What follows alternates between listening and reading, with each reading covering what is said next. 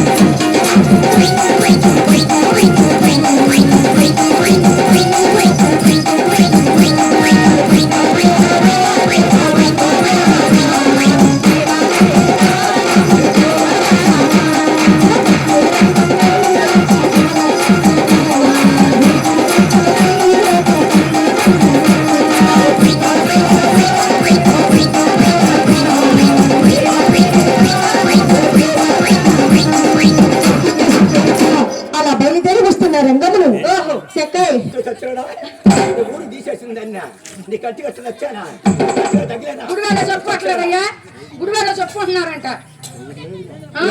పుట్టలేదు మళ్ళీ ఎవరే మన గ్రామంలో శివరామయ్య గారి భార్య పిల్ల బాబు గుడ్డుపోతు రంగం వస్తుంది. సొంతలేని ముండా సన్నాసి ముండా పుట్టుకొట్టురాలు ఆవిడ ఎదురొస్తే మన ఇద్దరు గుండె కడుపులు కూడా ఊడిపోతాయి. నువ్వు ఆ చెట్టు సాటికి వెళ్ళి పక్క సాటికి వెళ్ళరా.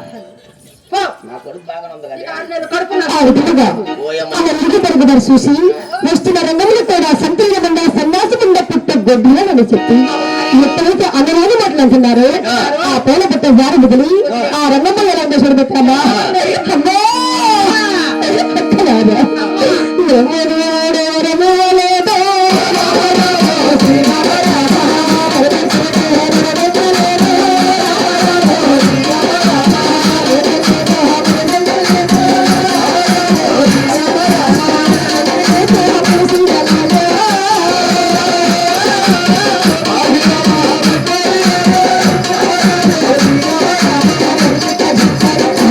రంగమ్మ అలా దుఃఖిస్తూ ఇంటికి వచ్చి తన భర్త వద్దకు వచ్చి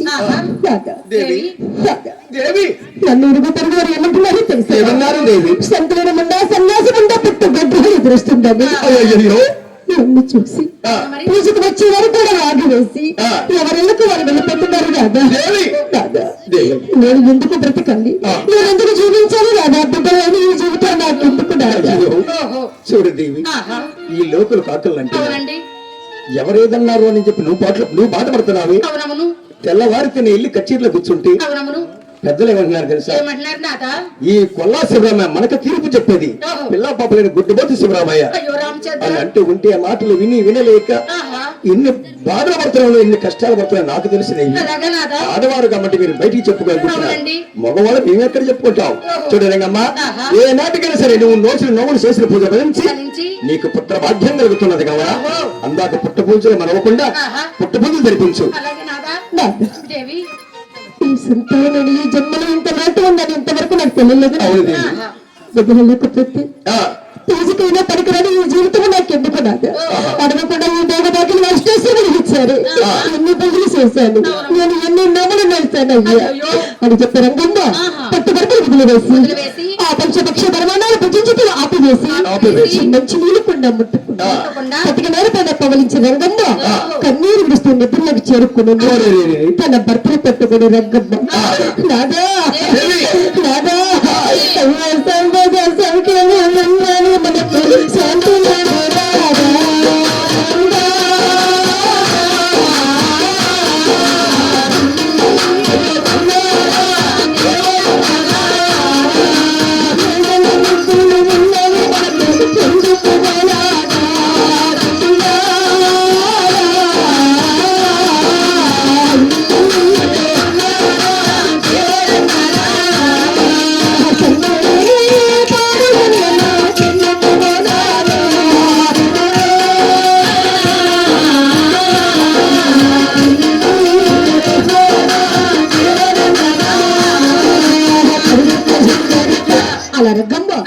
భర్తను పట్టుకుని దుఃఖించగా దారి దాడవచ్చిన శివరాము యొక్క చిరికి వెళ్ళిపోయారు. ఇక రంగమ్మ అన్నహారం వాడి వేసి అలా దుఃఖిస్తూ నిద్రలోకి చేరిపోగా ఆమె సప్లమెంట్ ఎవరు వస్తారు చూసారు తిరుపతి కొండలో ఉన్న శ్రీనివాసుడు కూడా. అదే ఈమె ఎంత భక్తురాలు, కానీ ఎన్ని పూజలు చేసింది, ఎన్ని నామలు వేసింది, ఒక్కసారి నా పండగ రాలేదు. తన స్వప్నమంతా కనిపించి నా పండగ వస్తే నీకు తప్పకుండా సంతానిస్తానని చెప్తే నా కొండకు వస్తుందా రాదని చూద్దాము. అలా రంగమ్మదేవి స్వప్నమంతా స్వామి వారు బయలుదేరి వస్తున్నారట. వాళ్ళు ఎలా బయలుదేరి వస్తున్నారు చూడాలి. అయ్యో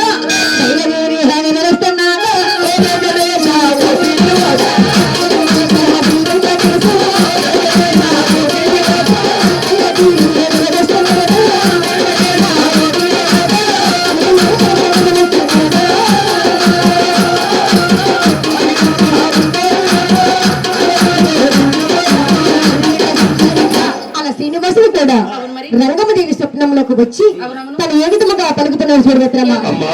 స్వామి చూడు రంగమ్మ, స్వామి ఎప్పుడు చూసినప్పుడు నువ్వు పూజలు చేస్తున్నావు, ఎన్నో వ్రతాలు చేస్తున్నావు.